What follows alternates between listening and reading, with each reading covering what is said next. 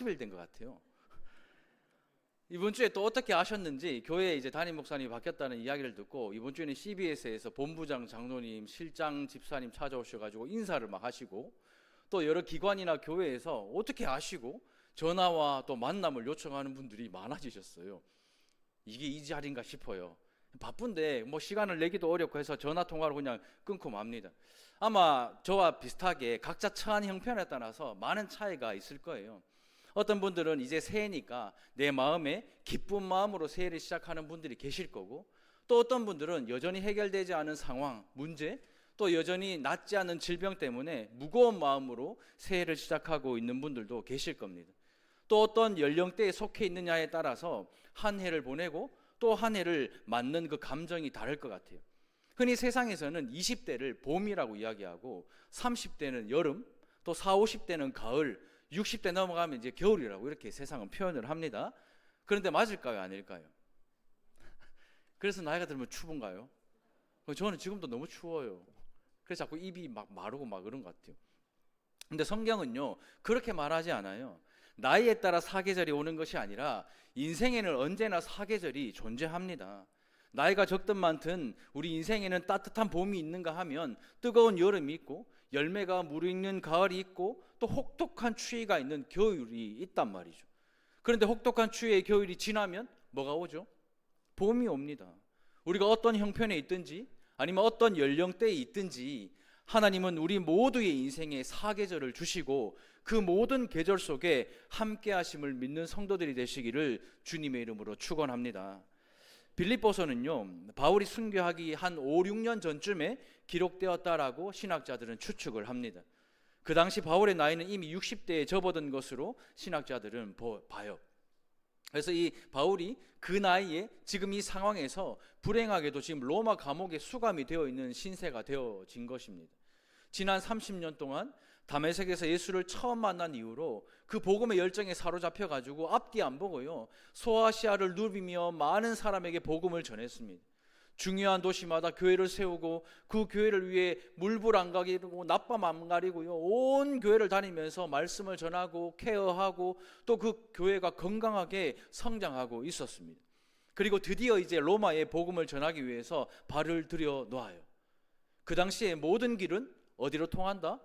로마로 통한다라는 말이 있을 정도로 그 로마가 기독교를 국교로 정하고 수많은 박해와 어려움 속에서 복음이 전 세계로 전파되면서 지금 우리가 예수님에 대해 듣게 되었다라고 말할 정도로, 그 말이 무방할 정도로 사도 바울은 기독교 역사에 진짜 기념비적인 업적을 남긴 사람이 되었고, 또 서구 문화를 놓고 보면 문명의 물줄기를 완전히 바꿔놓은 독보적인 사람이 사도 바울입니다.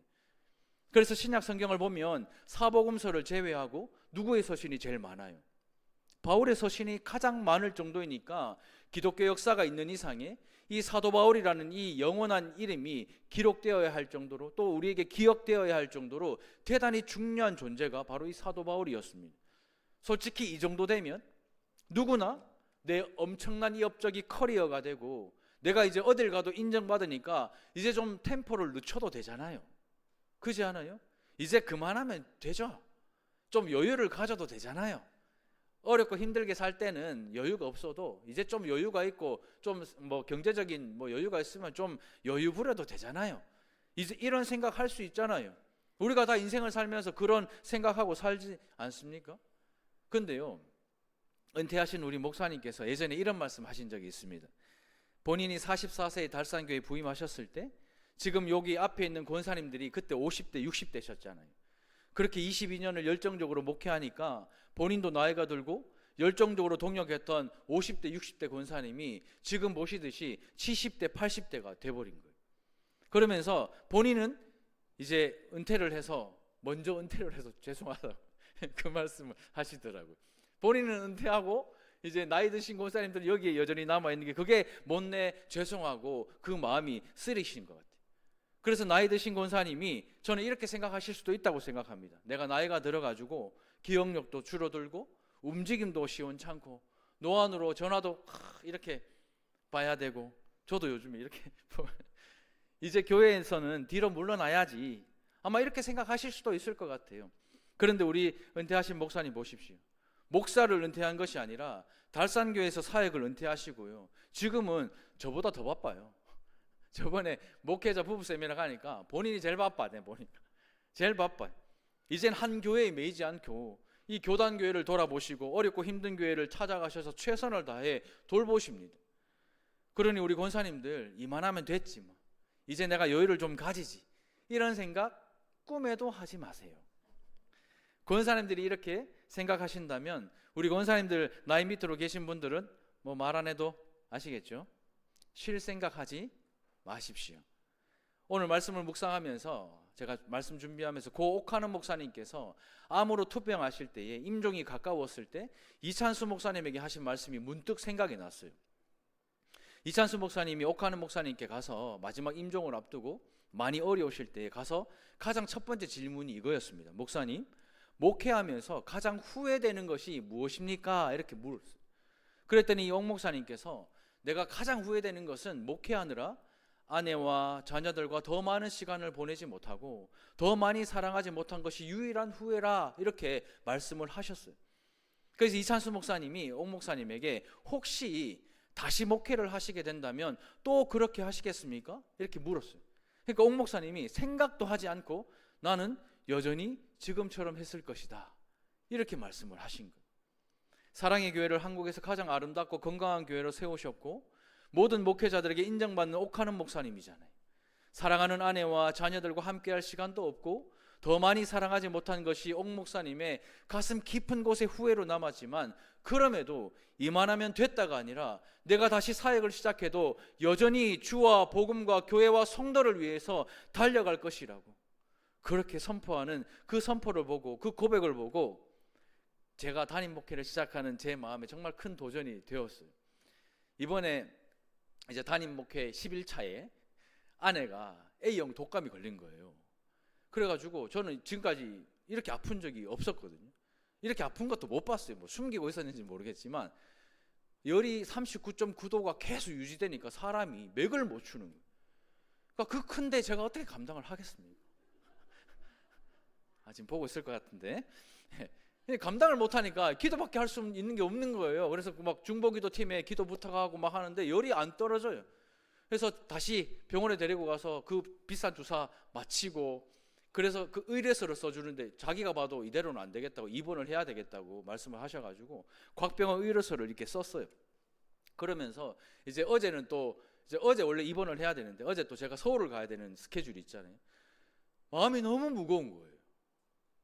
마음이 솔직하게 저는 그렇게 가정적이지도 않은데 마음이 너무 무거워가지고 뒤도 안 돌아보고 문 닫고 그냥 가출발을 해버렸어요. 그랬더니 오늘 새벽에 열이 떨어졌어요. 저는 이것 또한 하나님의 은혜인 줄로 믿습니다. 예, 저도 옥하는 목사님처럼 다시 담임 목사를 시작하는 지금도요, 주와 복음 또 성도들을 위해서 달려갈 수밖에 없는 것이 주께서 부르신 저의 사명이고 성도로 부르신 여러분들의 사명인 줄로 믿습니다. 은퇴하신 장 목사님 또 고 옥하는 목사님께서 깨달은 말씀이 뭐냐, 제가 고민하며 생각할 때에 오늘 우리에게 주신 본문의 말씀 같아요. 우리 13절과 14절을 다시 같이 한번 읽어보도록 하겠습니다. 시작. 형제들아, 나는 아직 내가 잡은 줄로 여기지 아니하고 오직 한 일, 즉 뒤에 있는 것은 잊어버리고 앞에 있는 것을 잡으려고 표대를 향하여 그리스도 예수 안에서 하나님이 위에서 부르신 부름의 상을 위하여 달려가노라. 쉽게 말하면요, 아직 나는 목표에 이르지 못했다. 그래서 뒤돌아보지 않고 앞을 향해 힘을 다해 내가 지금 달려가고 있다. 이렇게 사도 바울이 고백하는 겁니다. 사도 바울이 지금 60이 넘어가고 소아시아에 많은 교회가 있고 많은 열매들이 있고 많은 사람의 칭송을 받고 많은 사람의 박수를 받고 하나님이 봐도 사도 바울은 너무나도 잘한 사람인데 여전히 사도 바울은 나는 아직 목표에 이르지 못했다. 그래서 지금도 달려간다. 어디에서요? 감옥에서요. 바울에게서 이런 말씀을 듣는다는 것은 굉장한 도전입니다. 우리도 오늘 이 말씀을 통해서 동일한 영적 도전을 받는 시간이 되시기를 주님의 이름으로 축복합니다. 먼저 첫째는요, 목표를 정하십시오. 이 사도 바울은 목표를 향해서 달려간다 이렇게 말합니다. 근데 그가 말하는 표대, 그 목표가 무엇입니까? 12절 끝에 보면 내가 그리스도 예수께 잡힌 바 된 그것이라고 사도 바울이 고백해요. 예수 그리스도에게 내가 잡힌 것, 그것이 목표고 그것이 표대다라고 말합니다. 13절 또 중간에 가면 한 일이라고 그래요. 두 가지, 세 가지, 네 가지 일이 아니라 한 가지 일, 그 일, 그리고 뒤에 있는 것이 아니라 앞에 있는 것, 그것을 말해요. 그러면 지금 사도 바울이 우리에게 말하고자 하는 그 표대는 무엇인가? 바로 이것입니다. 예수님에게 잡힌 바 된 그것, 한 가지 일이고 앞에 있는 일이라는 것입니다. 바울은 예수님을 혹독하게 핍박했던 사람이에요. 바울은 미움을 넘어서서 증오했던 사람입니다. 예수님을 믿는 사람을 살려두고 싶지 않아서 이제는 다메섹으로 가고 있었잖아요. 그런데 갑자기 예수님이 나타나셔서 사도 바울을 사로잡으셨습니다. 바울이 주님을 잡은 것이 아니라 예수님이 그를 잡은 거예요. 이것이 바울이 고백했던 삶의 목적과 목표였습니다. 이것이 바로 그리스도께 잡힌 바 되었다라는 말입니다. 자기가 예수님에게 잡혔어요. 잡히자마자 사울은 바울이 됩니다. 인생의 가치가 완전히 변해버린 거예요. 바울의 주인이 이제는 율법이 아니라 예수님이 된 거예요. 예수님을 인격적으로 만난 그 감격을 말로 표현할 수가 없어가지고 바울은 남은 인생 모두를 하나님께 다 드려요. 그때부터 소아시아를 돌아다니며 결국 로마까지 가서 그 복음을 전했던 것입니다. 로마 가면 죽을 줄 뻔히 알면서도 그 길을 걸어간 거예요. 예수님을 핍박한 자기를 불쌍히 여기셔서 대속해 주시고 이 영광스러운 복음을 온 세상에 전할 수 있는 그 사도로 불러주셨다. 그 사실을 생각하면 아마 이 사도 바울이 눈물이 마를 날이 없었을 겁니다. 많은 학자들이 이 사도 바울에게는 안질이 있었다라고 이야기를 합니다. 안질은 뭡니까? 이 안과적인 병이 있었다. 근데 제가 말씀을 준비하면서 이 사도 바울이 안질이 있을 수밖에 없는 이유가 뭘까 고민하면서 이 생각이 들더라고요. 그 대속의 은혜를 생각하니까 날마다 눈물이 마를 날이 없는 거예요. 하루 종일 365일 주님만 생각하면 눈물이 나는데 병 걸려야 되는 게 정상입니까? 우리는 지금 어떻습니까? 우리는 처음 예수를 만났을 때 십자가만 보고 예수 말만 듣고 찬양만 불러도 그렇게 눈물이 흘렀는데 지금은요, 안구 건조증이 와가지고 저도 제가 설교한 거 돌아보면 눈 깜빡이는 거 얼마나 많이 하는지. 저도 안구 건조증이 좀 심하거든요.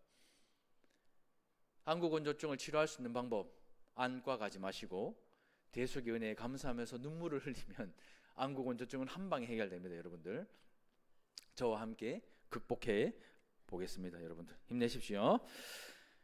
이 대속을 생각하니까 얼마나 진짜 눈물이 났겠어요. 평생을 갚아도 갚을 수 없는 은혜니까 얼마나 이 사도 바울이 감사했겠습니까? 그래서 이 바울의 인생 목표는 잘 먹고 잘 사는 게 아니었어요. 많은 사람들에게 인정받고 이 교회의 주인이라는 이야기 듣는 게 아니었고요. 바로 이것입니다. 어떻게 하면 주님을 기쁘시게 하는 인생을 살 수 있을까? 사도 바울의 고민은 그 고민이었고, 우리가 아는 웨스트민스터 신앙고백 1번도 뭡니까? 사람의 목적이 뭐죠? 하나님을 영화롭게 하고 그를 영원토록 뭐 하는 거요? 즐거워하는 것입니다. 그것이 바로 이거예요. 어떻게 하면 우리 주님을 기쁘시게 하는 인생을 살 수 있을까? 어떻게 하면 우리 주님이 기쁘시게 하는 말을 할 수 있을까? 어떻게 하면 우리 주님을 기쁘시게 하는 자녀 양육을 할 수 있을까? 어떻게 하면 우리 주님을 기쁘시게 하는 신앙생활을 할 수 있을까? 그 고민하는 거예요. 이것이 바로 바울이 달려갈 유일한 표대였습니다. 이제 인생의 목표가 딱 정해지니까 이제 어떻게라는 질문을 하게 됩니다. 그 정답을 알기 위해 이 사도 바울은 주님을 더 알기를 원하는 거예요. 주님을 더 알기를 원했고, 주님처럼 살기를 원했고, 주님 가신 그 길을 따라가기를 원했습니다. 오늘 본문 앞절을 보면요, 바울은 고난에 참여하고 죽으심을 본받는다 이렇게 고백합니다.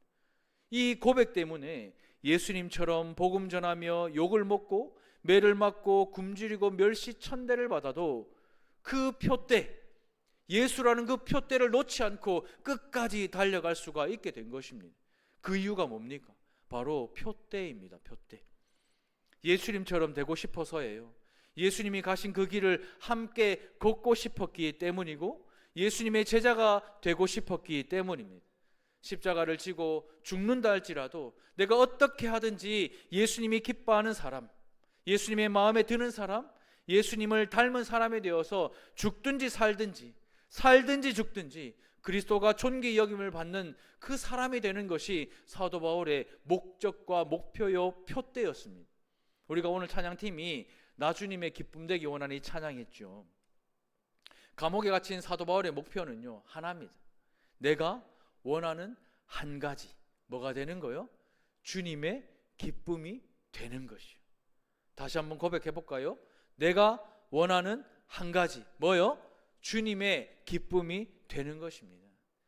여러분들 새해를 시작하면서 목표 정하셨죠? 뭡니까? 1번, 자 뻔하죠? 다이어트. 더 이상 말 안 할게요. 말해봐야 이건 안 될 것 같아요. 2번 뭡니까? 2번 뭐죠? 2번 뭐예요? 감사하네요. 목표가 없는 게 더 감사할 수도 있습니다. 여러분들 목표를 예수님으로 잡으세요. 예수 그리스도를 믿는 여러분들의 2024년 목표는 뭡니까? 예수 그리스도를 주라 고백하는 성도인 여러분들의 표대는 뭐예요? 스스로 한번 물어보십시오. 내가 뭐 다이어트, 우리 가정 잘 사는 거, 우리 자녀 잘 되는 거, 아마 이런 것들이 여러분들의 표대일 거예요. 목표일 것입니다. 더 많이 성장하는 거, 또 직급 올라가는 거, 또 회사 잘 되는 거, 이게 여러분들의 목표잖아요. 한번 스스로에게 물어보십시오. 바울처럼 예수님에게 붙잡힌 자, 예수님의 은혜에 빚진 자, 내가 사나 죽으나 예수님을 기쁘게 하고 예수님의 마음에 드는 사람, 그래서 그리스도만 존귀 여김을 받는 그 삶을 살고 있는지 스스로 한번 자문해 보십시오. 새해를 시작하면서 어떤 목표를 정하셨습니까? 목표라는 단어는요 라틴어로 피니스예요. 피니스. 근데 여기에서 영어 피니쉬가 나왔어요. 마침. 이거는 종말이라는 뜻이거든요. 목표가 종말이라는 뜻이에요. 목표는 따라가지도 못하고 이루지도 못할 거, 허황된 거, 그거 그냥 내놓는 게 아니고 목표는 종말이라는 뜻입니다. 끝이라는 뜻이에요. 인생의 진짜 목표는 인생의 종말과 같은 것입니다. 이 말은 끝에 가서 후회하지 않을 진짜 목표가 무엇인가, 그걸 말씀하는 겁니다. 예수님이 십자가에서 다 이루었다고 선포하신 것처럼 하나님이 우리에게 맡기신 목표를 향해 달려나가십시오. 하나님께 잡힌 바 되었으니 할 수 있는 거예요. 다이어트가 왜 안 됩니까? 음식에 사로잡히니까 안 되는 거예요. 그잖아요. 자녀 양육이 왜 잘 안 됩니까? 애들 하는 거 보니까 안 되는 거예요. 남편과 아내 죽었다 깨도 손에 안 잡힙니다. 그런데 우리는요 그리스도 예수께 잡힌 바 된 성도입니다. 그래서 되는 거예요. 여러분들의 목표와 목적과 표대를요 세상의 것, 불타 없어질 것이 아니라 무엇을요? 영원히 있을 하나님의 말씀, 그 말씀이 육신이 되어 오신 예수님, 그 예수님을 목표로 삼으십시오. 호랑이가 죽으면 뭘 남겨요? 가죽을 남겨요. 사람이 죽으면 뭘 남겨요? 이름을 남깁니다. 물론 그것도 중요해요. 하지만 성경대로는 모든 것은 다 불타 없어집니다. 저도요 혀끝으로부터 축축축축 내려갈 수 있는데 우리 할아버지 이름밖에 몰라요. 그 위로 올라가면 몰라요. 알 수도 없어요. 어떻게 알아요? 그걸? 없어지는 거예요. 시대가 바뀌고 역사가 흐르면 다 먼지 속에 파묻히고 기억 속에서 사라져요. 그러면 마지막까지 남는 것이 무엇입니까? 1.1획도 변함이 없는 뭐요? 하나님의 말씀이죠. 그러면 마지막으로 남는 분은 누구십니까? 심판자 되시는 누구요? 다시 오실 예수 그리스도입니다. 그러므로 사랑하는 성도 여러분, 하나님의 말씀, 말씀이 육신이 되어 오신 예수님, 그분을 목표로 삼으십시오. 괜히 남의 남편 목표로 삼지 말고, 남의 아내 목표로 삼지 말고, 남의 자식들 목표로 삼아가지고 뭐 엄친아 뭐 엄친 뭐 이런 말 있죠. 엄마 친구 아들, 엄마 친구 딸, 그렇게 비교하기 시작하면 끝도 없어요. 예수님을 목표로 삼으십시오. 그래야 내가 살고, 그래야 가정이 살고, 그래야 교회가 살고 나라와 민족이 살아날 것입니다. 예수님만 존귀하게 여기고 예수님께 목숨 걸고 예수님께 우리의 삶을 거십시오. 2024년에 한번 올인 한번 해보십시오. 자식한테 쏟는 시간, 남편 자식한테 쏟는 시간, 그 시간보다 예수님께 쏟는 시간이 더 많아져야 여러분들의 가정이 살아나요. 여러분들의 자녀가 살아나게 될 줄로 믿습니다. 그렇게 주님께 잡힌 바 되어서 주님을 기쁘시게 하는 저와 성도들 되시기를 주님의 이름으로 축원합니다. 두 번째는요, 달려가십시오. 달려가십시오. 바울은 자기가 세운 이 목표, 표대를 향해서 달려간다고 두 번이나 달려간다고 고백해요. 이 달려간다라는 이 헬라어는 디오코입니다. 디오코인데 박해하다라는 뜻이거든요. 디오코. 달려간다라는 헬라어가 디오코인데 이 디오코의 원말의 뜻은 박해하다라는 뜻입니다.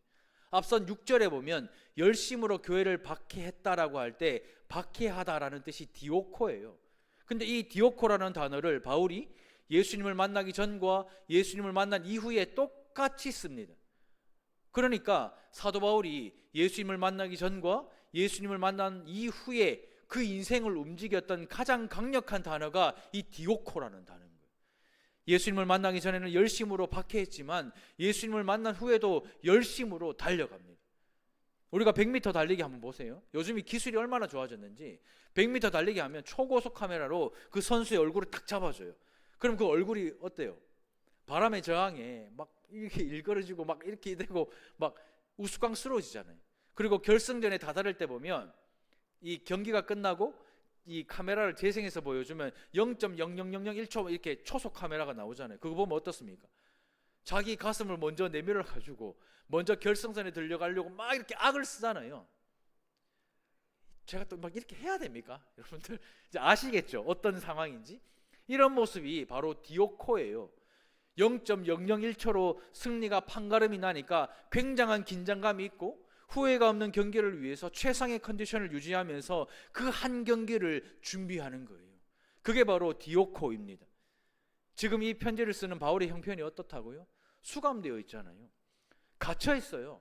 언제 풀려날지 모르고 언제 죽을지도 몰라요.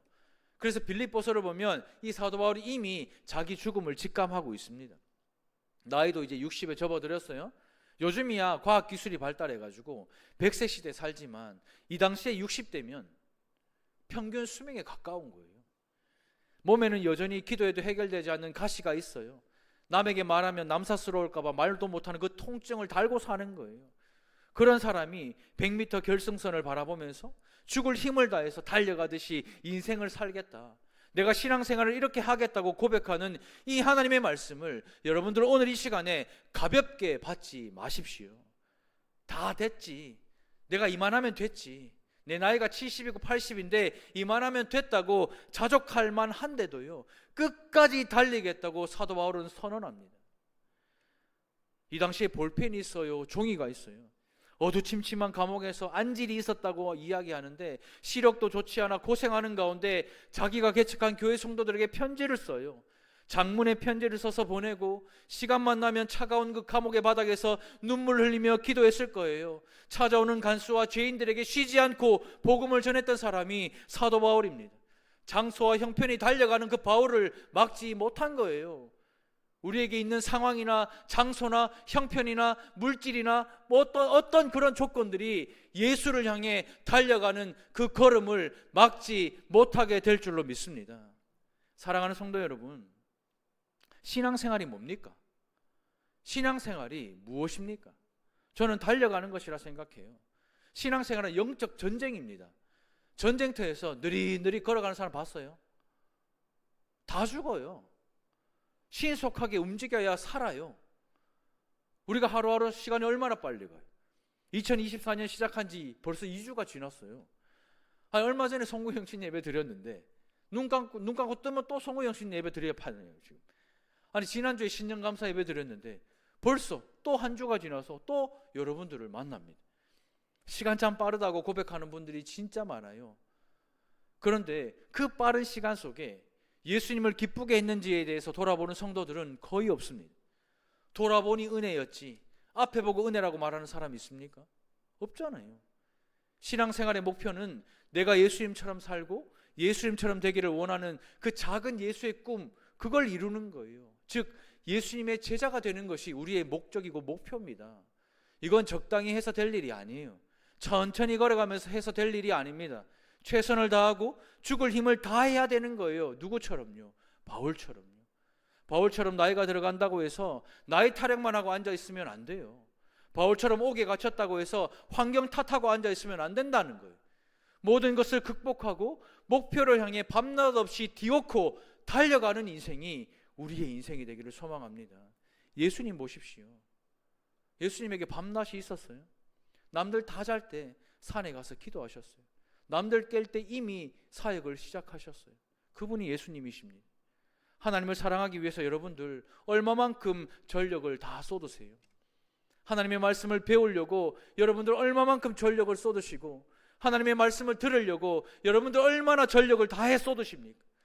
하나님을 사랑하고 이웃을 사랑하기 위해 여러분들 얼마나 많은 전력을 쏟으세요?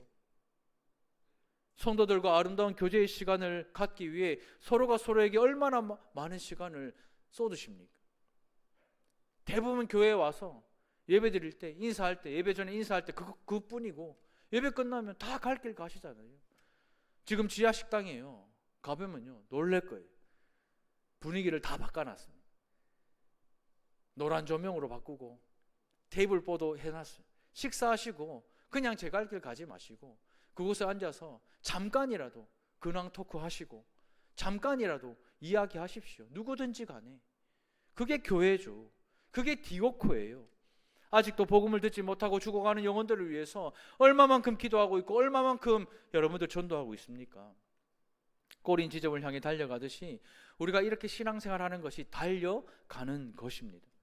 사도 바울은 오늘 이 말씀으로 우리에게 이 신앙생활의 본질을 말씀해 줘요. 여러분들에게 신앙생활은 어떤 의미입니까? 교회를 다니는 것이 무엇입니까? 그냥 습관에 젖어서? 아니면 매너리즘에 빠져서? 그냥 썬데이 크리스천이 되어서? 아니면 종교가 기독교라서? 그거는요 종교 중독입니다. 신앙생활은 우리 삶의 본질이에요. 돈이 본질이 아닙니다, 여러분들. 신앙생활이 우리 삶의 본질입니다.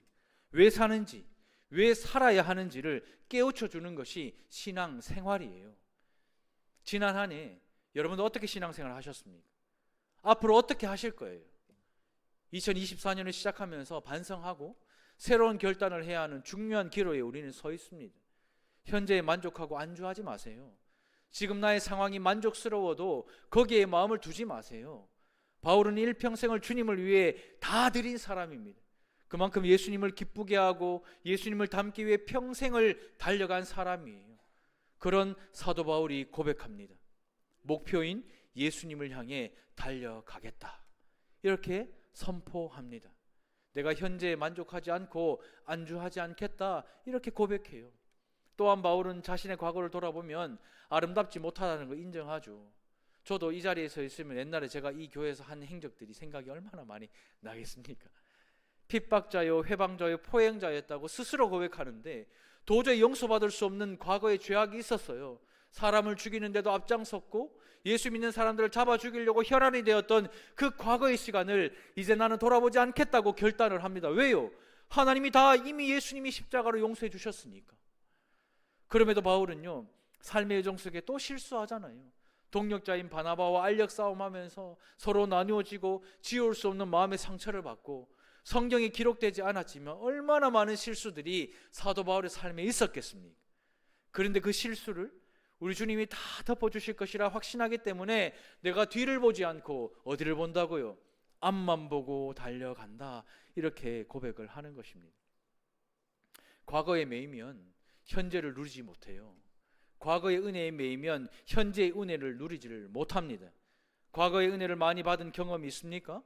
과거에 여러분이 교회를 위해 많이 봉사한 일이 있습니까? 과거에 헌금을 많이 한 적 있어요?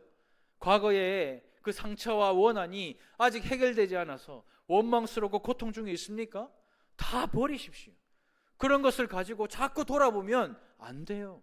거기에 매이면 절대 앞으로 달려가지 못합니다. 요한복음 8장 32절입니다. 진리를 알지니 진리가 너희를 어떻게 한다고요? 자유롭게 하는 거예요. 진리이신 예수 안에서 다 잊으시고 다 내려놓으시고 다 버리십시오. 그리고 자유하십시오. 무겁고 매기 힘든 그 멍에를요 내려놓고 가볍고 매기 쉬운 예수의 멍에를 메고 2024년 한 해 저와 함께 우리 모든 성도들과 함께 주님 앞으로 힘차게 달려나가는 저와 성도들 되시기를 주님의 이름으로 축원합니다. 말씀을 맺겠습니다. 목표를 정하십시오. 예수님께 잡힌 바 된 성도의 목표는 예수님입니다. 구원받은 성도인 우리는 예수님 없이는 삶의 목적도 없고 의미도 없어요. 불타 없어질 것에 마음 두지 말고 영원히 홀로 영광 받으실 그 예수 그리스도를 기쁘시게 하는 성도들 되시기를 주님의 이름으로 축원합니다. 목표를 정하셨으면 이제 달려가십시다. 이만하면 됐다, 이제 좀 쉬자, 할 만큼 했다가 아니라 디오코요, 바울의 인생을 움직였던 이 열심이 오늘 우리의 인생을 움직이기를 축복합니다. 현재에 만족하고 안주하지 않고 과거에 매이지 않고 진리이신 예수 안에서 자유함으로 마음껏 예수께 달려나가는 2024년 한 해가 되시기를 주님의 이름으로 축원합니다. 우리 시간 말씀을 생각하면서 함께 통성으로 기도하겠습니다. 우리 한번 기도했으면 좋겠는데요. 2024년을 시작하면서 세상의 목표를 내려놓고 예수님을 목표로 삼고 예수님만을 기쁘시게 하는 신앙인 되게 해달라고, 내 인생의 목표인 예수님을 향해 달려가는 한 해가 되게 해달라고, 나의 건강도 예수님 때문에, 내게 주시는 물질도 예수님 때문에, 내게 주신 자녀도 예수님 때문에, 내게 주신 이 아름다운 교회도 예수님 때문에 그 예수님이 목표가 되는 한 해가 되게 해달라고 우리 시간 주의 은혜를 주시옵소서. 우리 한번 크게 부르짖고요, 함께 합심해서 기도합니다. 주여 은혜를 주시옵소서. 아버지 하나님, 이 시간 하나님이 빌립보서 말씀을 통해서 하나님 우리에게 말씀하십니다. 하나님, 우리의 목표와 목적이 무엇입니까? 하나님, 이 세상에 불타 없어질 것에 우리의 목적과 목표를 두지 않게 하시고 예수